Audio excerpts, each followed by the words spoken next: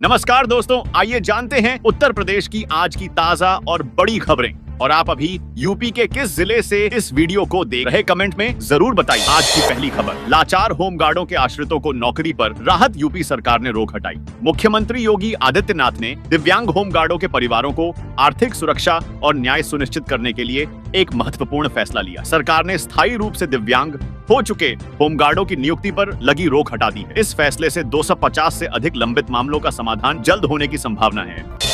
योगी government का बड़ा फैसला, 30 जून और 31 दिसंबर को सेवानिवृत्त होने वाले कर्मचारियों के लिए खुशखबरी। योगी सरकार का अहम फैसला, पेंशन की गणना में नोशनल वेतन वृद्धि का लाभ निर्णय सुप्रीम कोर्ट और हाई कोर्ट के फैसले के बाद लिया गया। उत्तर प्रदेश की योगी सरकार ने राज्य के निकाय और झलकल विभागों में कार्यरत कर्मचारियों के लिए एक महत्वपूर्ण निर्णय लिया है। राज्य सरकार ने यह फैसला किया है कि जिन कर्मचारियों की सेवानिवृत्ति 30 जून 30 दिसंबर को हो रही है, उन्हें पेंशन की गणना में एक नोशनल वेतन वृद्धि का लाभ मिलेगा।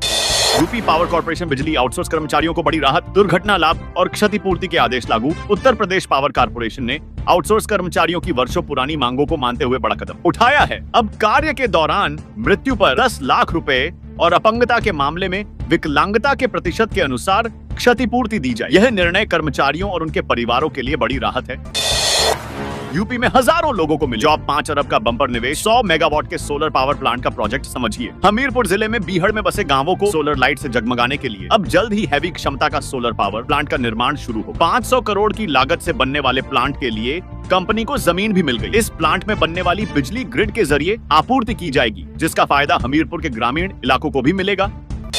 यूपी में नए तरीके से लागू होगा गैंगस्टर कानून। उत्तर प्रदेश सरकार ने सुप्रीम कोर्ट को दी जानकारी। उत्तर प्रदेश सरकार ने गुरुवार को सुप्रीम कोर्ट को बताया कि गैंगस्टर कानून लागू करने को लेकर दिशा निर्देश तैयार किए जा रहे हैं। दिशा निर्देश जल्द तैयार होने वाला है। राज्य सरकार गैंगस्टर कानून के तहत दर्ज किए गए मौजूदा आपराधिक मामलों की समीक्षा कर सकती है। यूपी के 22 जिलों में शीतलहर का अलर्ट। मथुरा में श्री कृष्ण को टोपी दस्ताने पहनाए 30 शहरों में कोहरा। यूपी में कड़ाके की ठंड पड़ रही है। मौसम विभाग ने शुक्रवार को 25 जिलों में कोल्ड वेव यानी शीतलहर का अलर्ट जारी किया है। 30 शहरों में घना कोहरा छाया है। मोबाइल से घर बैठे कर सकते हैं फार्मर रजिस्ट्री। यूपी के किसानों के लिए है जरूरी।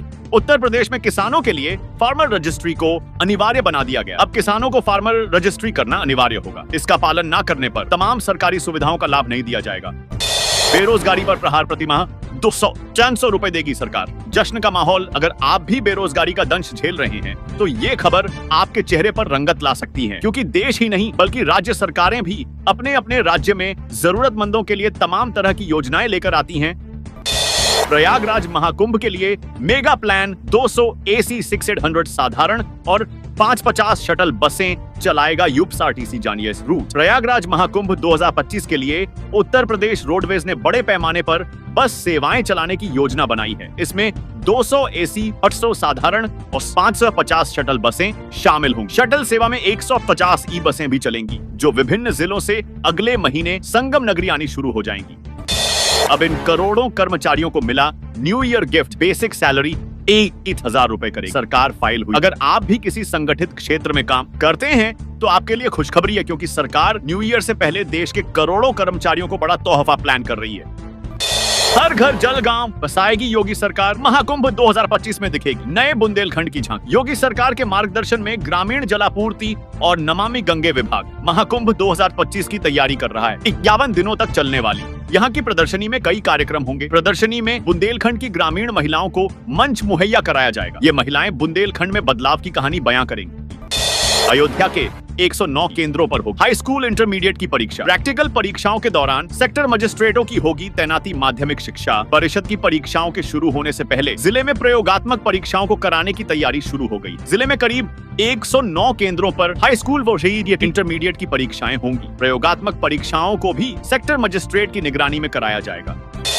रोडवेज में 55,000 कर्मियों का भविष्य समाप्त करने की साजिश। निजीकरण और ठेकेदारी के खिलाफ आंदोलन की चेतावनी। निजीकरण और ठेकेदारी प्रथा के विरोध में कर्मचारियों और अधिकारियों ने गुरुवार को विरोध जताया।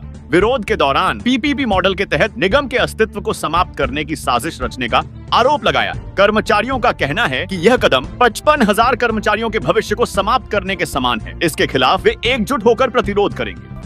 गंगा नदी पर वाई आकार के बनेंगे। 2 पुल 4 किमी लंबे होंगे। 746 करोड़ रुपए आएगी लागत। धोबी घाट और रानी घाट पर उतरेंगे। ब्रिज ट्रांसगंगा सिटी को शहर से जोड़ने के लिए गंगा नदी। ये प्रस्ताव थी 2-2 लेने के 2 पुल बनने की सहमति। बुधवार को उच्च अधिकारियों के साथ यूपी सीडा सभागार में हुई बैठक में हो गई। अब पुल की लागत पहले से 188 करोड़ रुपए ज्यादा और लंबाई करीब 400 मीटर की बढ़ोतरी हुई है। वाई आकार का बनने वाला पुल, अगल बगल 2 पुल बनाए जाएंगे।